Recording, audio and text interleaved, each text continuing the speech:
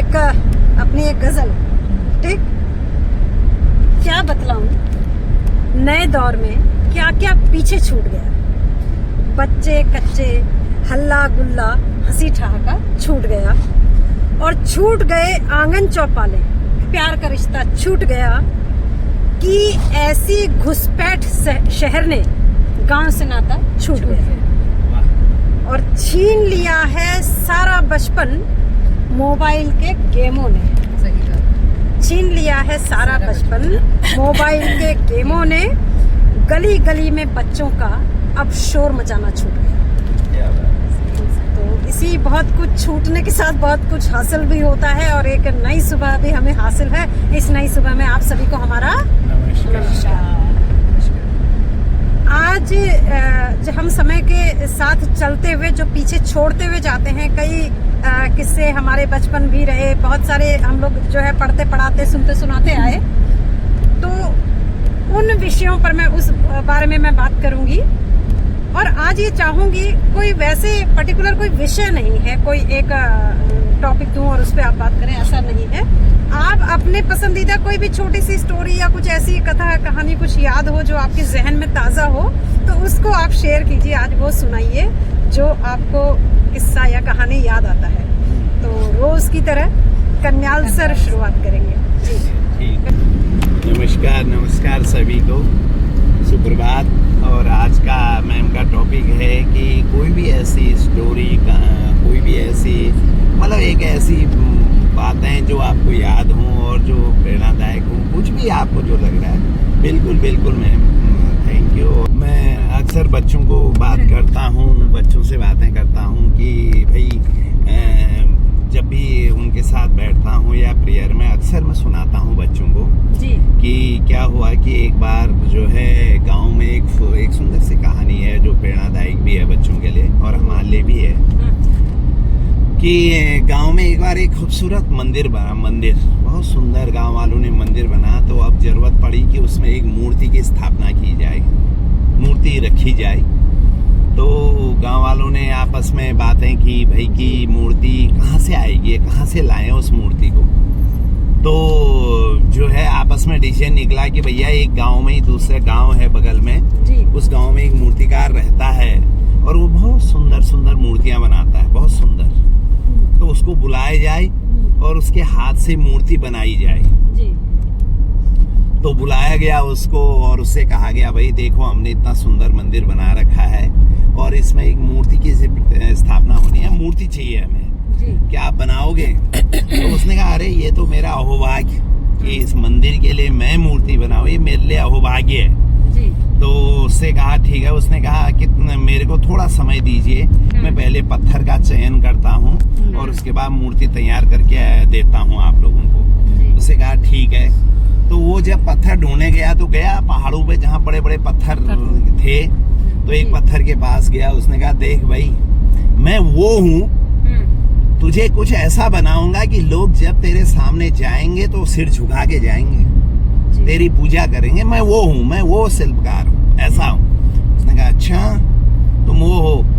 वो कहता है ठीक है बनाओ, मुझे बनाओ। एक पत्थर कहता है मुझे बनाओ। तो वो कहता है देख वो ठीक है बनाऊंगा, लेकिन तुझे थोड़ा कष्ट सहना होगा, तुझ पे छीने हथौड़े लगेंगे, दर्द होगा तुझे, वो सहना होगा, पर थोड़े ही समय की बात है, लेकिन उसके बाद पूरी दुनिया तेरे सामने झुकेगी। हंसता पत्थर, अरे यार क्या बात कर रहे हो, मैं दर्द दुख सहने के लिए थोड़ी हूँ, मैं बढ़िया हो रहा है, फर्स्ट क्लास बैठा हूँ, हवा आ रही है, धूप आ रही है, कभी बारिश आ रही है, मजा आ रहा है, रहने दो, मुझे कुछ नहीं करना है। ओके, कहता कोई बात नहीं। दूसरे पत्थर के पास चले जाता है, उस पत्थर से भी वही कहता है। वो पत्थर कहता है हाँ मुझे बनाओ। वो कहता है लेकिन थोड़े समय तुझे दर्द सहना होगा, तुझ पे मैं आरी छीने हथौड़े चलाऊंगा, तुझे दर्द सहना होगा। कहता अरे कोई बात नहीं, क्या है कितना समय सहना होगा? वो कहता है बस ऐसे ही एक महीने भी नहीं होगा लगभग। कहता अरे कोई बात नहीं करो। और एक खूबसूरत मूर्ति बना लेता है उस पत्थर की और गांव में ले आते हैं उस मूर्ति को। और एक दिन स्थापना का दिन आता है, पूरे गांव ढोल नगाड़े लेके गांव के लोग उस मंदिर में मूर्ति को ले आते हैं, मूर्ति को रखते हैं। उसके बाद पूजा का क्रम चलता है, तो लोगों की लाइन लगाते हैं पहले। तो जो पहला बंदा आगे खड़ा होता है उसकी थाली में नारियल, दूध और फूल और पैसे, धूप बत्ती होती है, जाता है मंदिर के सामने, सिर झुकाता है मूर्ति के सामने और जो है फूल दूध सब चढ़ा चढ़ू के जब बाहर आता है तो हाथ में नारियल होता है। वो देखता है इधर उधर, कहता है इसको कहाँ पर फोड़ूं, तो पीछे से आवाज आती है, अरे ये बगल में रखा हुआ है पत्थर, इसमें फोड़। और पता है वो पत्थर वही था जो उस दिन छूटा हुआ था ना। तो मोरल ऑफ द स्टोरी ये है कि अगर हम समय रहते रहते एज ए स्टूडेंट्स को मैं बताऊं बेटा कि समय रहते रहते अगर थोड़ा सा दर्द आप सह लें आज के समय में, तो लाइफ टाइम आप जो है एंजॉय करोगे, लाइफ टाइम दुनिया आपके सामने झुकी रहेगी। और आज अगर तुम इस ऐसो आराम जिसमें रह रहे हो उसी में रह गए तो जिंदगी भर उस पत्थर की तरह लोग सिर पर मारते रहेंगे, लोग ताने कसते रहेंगे, लोग आपसे कहते रहेंगे और आप जिंदगी भर वहीं पड़े रहेंगे। थैंक यू बहुत सुंदर स्टोरी सर, बहुत सुंदर कथा, बहुत बढ़िया। राहत मैम, हाँ जी मैम, कुछ दिल दिमाग में कुछ यादें ताज़ा हो रही है, कोई कहानी? शॉर्ट स्टोरीज तो काफ़ी सुनी है मैम, ऐसा नहीं है। हाँ जी लेकिन इस समय जो मुझे याद आ रही है जी कि एक इंसान था जो हमेशा ईश्वर की पूजा में लिप्त रहता था जी। हमेशा बड़े श्रद्धा भाव से ईश्वर की पूजा करता था। तो इतना ज़्यादा वो ईश्वर में ही था कि एक दिन उसे सपने में ईश्वर के दर्शन हुए और उन्होंने कहा कि तू मेरी बहुत अच्छे से पूजा करता है, मैं खुश हूँ और मैं तेरे यहाँ आऊँगा, तुझसे मिलने आऊँगा। तो अचानक से उसकी आँख खुलती है तो सोचता अरे ये तो सपना है। तो उसे लगता है कि अब ईश्वर ने कहा है, इसमें कोई ना कोई तो मतलब है कि कुछ संकेत तो है कि ईश्वर ने ऐसा क्यों कहा कि मैं तेरे यहाँ आऊँगा। तो सुबह उठा वो, उसने अच्छे से घर की सफाई वगैरह करी, सारा साफ करा, अपना मंदिर वगैरह सजाया, फूलों की मालाएं गूंथी गई, सब कुछ अच्छे से पूजा अर्चना करी। और उसने उसके बाद उसने कुछ खाने पीने का जितना उसको आता था वो सारे आइटम्स भी उसने तैयार किए। तो उसे लगा कि ईश्वर ने मुझे कहा है तो जरूर मेरे पास आएंगे। और अच्छे से घर संवार कर उसे सजाकर पूरा, मतलब एक कहें कि जैसे कोई गेस्ट घर पे आने वाला होता है उसी तरह से उसने अपने घर को अच्छे से सजाया। और सुबह से वो राह देखने लगा कि कब न जाने कब ईश्वर मेरे घर में आए। तो सुबह से देख रहा था, होते होते दोपहर हुई और देखते देखते शाम हो गई। तो उसे लगा कि भाई ईश्वर ने, ये तो खाली एक सपना था और मैं इसे क्यों हकीकत मान बैठा, ईश्वर भी कभी ऐसे आते हैं। तो उसे लगा कि भाई ईश्वर नहीं आएंगे, मुझे वो मेरा वहम था क्योंकि मैं बहुत ज़्यादा एक उपासक हूँ ईश्वर का। हो सकता है कि इसी वजह से शायद वो मुझे सपने में दर्शन दे दिया उन्होंने। तो ये सोचते हुए वो बैठ गया, थोड़ा निराशा भी थी कि भाई ईश्वर ने मतलब मुझे ऐसा कहा और आए नहीं, और लेकिन फिर भी ये समझकर कि वो तो एक सपना था। तो बैठ गया। उसके बाद अचानक से उसकी किसी ने उसका दरवाज़ा खटखटाया। तो जैसे ही उसने दरवाज़ा खोला तो एक लेडी जो बहुत भीगी हुई सी थी और मतलब फटे कपड़ों में, बच्चा उसके हाथ में था और रो रहा था। तो उसने आकर कहा कि बाबा जी मुझे कुछ, मेरे बच्चे के लिए आपके पास कुछ है दे खिलाने के लिए, दूध वगैरह कुछ भी है तो इसे दे दीजिए, भूख से ये तड़पा जा रहा है। मुझे अपनी चिंता नहीं है लेकिन मुझे अपने बच्चे की चिंता है। तो उसने कहा आओ बैठो, और क्यों नहीं, मैं तुम्हारे बच्चे के लिए दूध देता हूँ और मैंने आज वैसे भी इतना खाना बनाया है, चलो ठीक हुआ कि तुम आ गई हो। और इस बहाने बच्चे को भी दूध पिलवा दिया और उसकी मदर को भी जो खाना ईश्वर के लिए बनाया था, भगवान के इंतजार में बनाया था, वो उनको दे दिया। ठीक हो गया। उसके बाद वो लेडी वहाँ से अच्छे से चली गई। तो उसके बाद फिर उन्हें लगा कि भाई अभी भी ईश्वर नहीं आए, क्या बात ये वो, फिर मतलब एक दिमाग में वही था कि कहीं ना कहीं आए। फिर उसके बाद अचानक से क्या सुना कि उसकी गली में कोई आवाज़ें आ रही थी। तो भाग के बाहर की तरफ गया कि भाई आवाज़ें क्यों आ रही है। तो देखा कि एक बच्ची की कोई पिटाई कर रहे थे। तो ठेले वाला उसकी पिटाई कर रहा था। उसने कहा भाई क्या हुआ, इस बच्चे से क्या गुनाह, तुम इसकी पिटाई कर। उसने कहा ये बाबा जी ये हमारे केले चुरा के ले जा रहा है। तो अब वो बेचारा भूखा था, तो उसने हो सकता है 1-2 केलों पे हाथ मार दिया, तो उसकी पिटाई कर रहे थे। तो उन्होंने कहा तुम इसकी पिटाई मत करो, भूखा है, और लो मैं तुम्हें पैसे देता हूँ और तुम इसको केले दो। और उसके बाद वो बच्चा खुशी खुशी से अपने घर चला गया और ये बाबा जी भी अपने घर लौट आए। तो जाकर उन्होंने दरवाजा बंद किया और वो बैठ गए कि भाई इसी सोच में, फिर दिमाग में तो कहीं ना कहीं था कि ईश्वर ने कहा है आऊंगा और नहीं आए, और मैं इतना उपासक रहा हूँ, कुछ ना कुछ तो है। लेकिन फिर भी ये सोचकर कि सपना था, ये समझकर वो भूल सा गए, भूलने की कोशिश करने लगे। तो रात को फिर से वो जब सोए तब उन्हें फिर से ईश्वर के दर्शन हुए और उन्होंने कहा कि तब बाबा जी उनसे जैसे आमने सामने जैसे बातें करते हैं, वो बोल रहे हैं कि भाई आप तो ईश्वर आप तो आए नहीं, भगवान जी आपने तो कहा था मुझे, क्यों नहीं, मैं आया तो था तेरे पास। एक उस टाइम जब मैं एक भूखा बच्चा बनकर आया, और सेकंड टाइम जब केला चुराते हुए तुमने उस बच्ची को केले देकर उसकी मदद की थी, मैं वही तो था। तब उसे रियलाइज हुआ कि ईश्वर किसी न किसी रूप में ना जाने के भेष में, किसी भी भेष में आ सकते हैं। बहुत सुंदर, थैंक यू मैम। बहुत सुंदर। हाँ। कृष्णा मैम, हाँ तो कृष्णा मैम उस समय कह रही थी कि मुझे एक याद आ रही है स्टोरी जी। मैम अगर बचपन की बात करूँ तो मेरी जो बचपन भी, की हाँ। जो फेवरेट स्टोरी थी वो तो अली बाबा 40 चोर थी। वो हमारी बुक में भी थी और मुझे बहुत पसंद आती थी। हाँ। मैं अपने बच्चों को भी सुनाई, तो कई बार प्रिशा तो स्पेशली कई बार सुनती थी जी। लेकिन अगर हम वैसे बोलें कि कुछ ऐसी कहानियां होती हैं जो थोड़ा प्रेरित भी करती हैं, मतलब हाँ। एंटरटेनमेंट तो करती हैं, हाँ, तो उसमें एक कहानी है जो मुझे हमेशा याद रहती है। हाँ, उसमें क्या था कि एक बार किसी गांव में बहुत एक सिद्ध बाबा बोलते हैं ना, जो सिद्धि प्राप्त किए हुए एक हाँ, बाबा आए हाँ। वहाँ, और बहुत अच्छे थे वाकई, मतलब लोगों की भलाई करने वाले, हाँ, लोगों की दुख तकलीफ बांटने वाले, सुनने वाले, उनको ज्ञान देने वाले। तो गांव में कुछ ऐसे भी लोग थे जो उनसे जलते थे, खासकर कुछ युवा थे जो पसंद नहीं करते थे।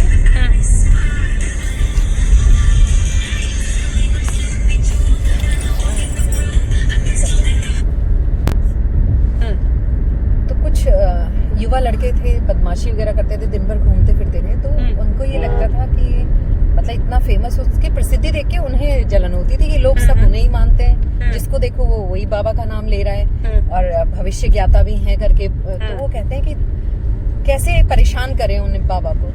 तो वो क्या करते हैं कि उनके पास जाते हैं और एक छोटे सा चिड़िया का बच्चा पकड़ते हैं वो, और ऐसे अपनी मुट्ठी में रख लेते हैं और कहते हैं कि हम जाएंगे बाबा के पास, और जब दरबार लगा होगा और वो भविष्य लोगों का बता रहे होंगे, तब हम उनसे कहेंगे बताइए हमारे हाथ में जो चीज है, जो है वो जिंदा है या मृत है, ऐसे पूछेंगे। और अगर बाबा ने बोला जिंदा है तो हम मुट्ठी बंद कर देंगे जोर से, वो मर जाएगी। और हम ये कह देंगे मतलब कि दोनों देखो, तरफ से वो कर लेंगे ना, फंसा लेंगे। हाँ, दोनों तरफ से वो कर लेंगे। और अगर वो कह देंगे कि मृत है तो हम वो तो ऐसे ही दिखा ठीक है, देंगे कि हाँ। भाई जिंदा है, और हम इससे साबित हो जाएगा कि बाबा जो हैं वो झूठे हैं और इस गांव से उन्हें निकाल दिया जाएगा। ठीक हुआ। तो वो जाते हैं वहाँ, और वाकई बाबा जो होते हैं वो सिद्ध बाबा होते हैं। तो वो जब वहाँ जाते हैं और ऐसे ही करते हैं। हीरा हो गया इसमें, क्यों हो रही इससे कुछ। तो फिर वो वहाँ जाते हैं और बाबा से ऐसे ही कहते हैं कि बाबा जी हमारे हाथ में कुछ चीज है, अब आपको ये बताना है कि वो जिंदा है या मर चुकी है। तो बाबा तो थोड़ा ध्यान व्यान लगाते हैं, फिर उनसे कहते हैं कि बेटा ये जो भी चीज आपके हाथ में है उसकी जिंदगी आपके हाथ में है। बात है। वो ये जवाब देते हैं। अब वो समझ में नहीं आता, अब हम क्या करें। तो वो कहते नहीं आप बताओ। वो कहते नहीं, मेरे हाथ में कुछ भी नहीं है, और देखा जाए तो परमात्मा के हाथ में भी कुछ नहीं है। इस समय जो भी चीज है वो सारी आपके हाथ में है, तो आप जो चाहो वो होगा। फिर वो उन्हें लग जाता है कि वाकई मतलब लोग जो कहते हैं ये एक सिद्ध पुरुष ही हैं, और लोग जो कहते हैं इनके बारे में बिल्कुल सच है। और हम इनकी मतलब उन्हें ये रियलाइज होता है कि इस तरीके से जब हम परीक्षा लेने आए तो हम तो उल्टा ही हमारे पे ये बातें आ गई और उन्हें वाकई सारी जानकारी हो गई। फिर वो उनके पैरों में गिर जाते हैं। फिर बाबा उनको बोलते हैं कि बेटा ये जो आप कर रहे थे ये आपकी जिंदगी, मतलब हम सबकी जिंदगी से जुड़ा है कि हमारी अपनी किस्मत, हमारी अपनी जिंदगी हमारे अपने हाथ में होती है। इसी तरीके से कि हम चाहें उससे तो अपनी खत्म जिंदगी करें। को अच्छा बना लें, और हम चाहें तो अपनी सब जिंदगी को बर्बाद कर दें, खत्म कर दें। बहुत तो वही है कि इस हाँ। कहानी से हमें यही शिक्षा मिलती है बहुत कि ही वाकई हमारी जिंदगी हमारे हाथ में होती है। हम हाँ। सब कुछ ऊपर वाले पे डाल करके नहीं छोड़ सकते। हाँ। मतलब वो कहते हैं ना, कर्म तो हमें करना ही बिल्कुल पड़ेगा। बिल्कुल। तो ये कहानी मुझे काफी अच्छी लगती है और लगता है वाकई प्रेरित करने वाली कहानी है। ये समझना हम सबके लिए बहुत जरूरी है कि हमारी जिंदगी हमारी अपने हाथ में, हमें हाँ। खुशी से बितानी है या फिर हमें दुख तकलीफों कोरोना लेकर के बितानी है। क्या बात है, बस यही बहुत सुंदर, कहानी। बहुत बढ़िया। हाँ, तो बहुत सुंदर मोरल इस कहानी का आपकी तरफ से? हाँ, देखिए एक छोटी सी स्टोरी मैंने पंजाबी में सुनी थी, तो बीच में लहजा आ जाएगा क्योंकि अच्छा। कहानी बिल्कुल पंजाबी में ही भाषा में थी। तो कहानी ये कहती है कि एक व्यक्ति था, उसने ईश्वर का बहुत तपस्या करी, बहुत आराधना करी, और भगवान प्रसन्न हुए और भगवान ने कहा उससे कि मांग पुत्र, ये मांगता है। तो बोला भाई क्या मांगते हो, लेकिन ध्यान रखना कि जितना तू मांगेगा ना उतना दुगना, उससे दुगना तेरे प्राणों मिलेगा, कि तेरे भाई को उससे दुगना मिलेगा जितना तू मांगेगा। अब उसके मन में तुरंत ईर्ष्या आती है कि प्राणों क्यों मिलेगा, तब तो मैं कीता और पूजा मैंने करी, सब कुछ मैंने किया, उसको क्यों मिलेगा। क्यों मिलेगा? ठीक है, तो भगवान ने कहा कि नहीं भाई होगा ऐसी, जो तुझे मांगना है मांग की मांगते। अब उसका जो सोचना था वहाँ चिंतन तुरंत बदल गया। अब वो बहुत सोच विचार के कहता है कि भगवान जी ऐसा कर दो, क्योंकि उसके दिमाग में ये था कि मैं जो मांगूंगा वो मेरे भाई को दुगना होके मिल जाएगा। उसने कहा कि आप ऐसा करो जी, मेरी एक आंख अंधी कर दो। तो अब वो सोचने लगा कि मन में भाई की दोनों आंखें, अपने आप अंधा होता है वो। ठीक हुआ, भगवान जी ने तथास्तु कर दिया। अब देखिए दिमाग कहाँ चलता है उसका।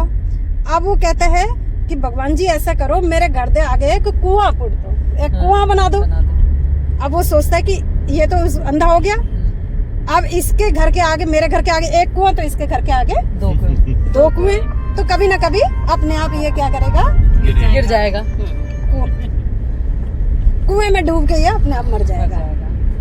तो वो ऐसे वरदान मांगने लगा। तो फिर भगवान जी ने कहा कि ऐसा है कि तेरी मनोकामना पूरी नहीं हो सकती, क्योंकि जो मैं तो खाली तेरी परीक्षा ले रहा था कि क्या है तेरे अंदर। जब तक मनुष्य के अंदर ईर्ष्या है, द्वेष है, जलन है अपनों से, किसी से भी, तब तक वो तप कोई तप नहीं है, ईश्वर प्रसन्न नहीं होता है। वास्तव में प्रेम तब है, तपस्या तब है जब आप उदार मना हो जाते हैं, सबका भला सोचने लगते हैं, जिसको वसुधैव कुटुंबकम कहा गया, सर्वे भवन्तु सुखिनः कहा गया। तो जीवन तब सार्थक होता है। केवल अपने स्वार्थ के लिए तब सिद्धि करना ये कभी फलीभूत नहीं होता है। एक छोटी सी कहानी वो यही कहती है। तो ये छोटी छोटी कहानियां हम लोगों के इर्द गिर्द घूमती रहती हैं और बहुत सारी चीजें हम लोग जानते समझते रहते हैं। तो कल फिर हाजिर होंगे, कल फिर उपस्थित होंगे किसी नई बात के साथ। तब तक के लिए आप सभी को हमारा नमस्कार।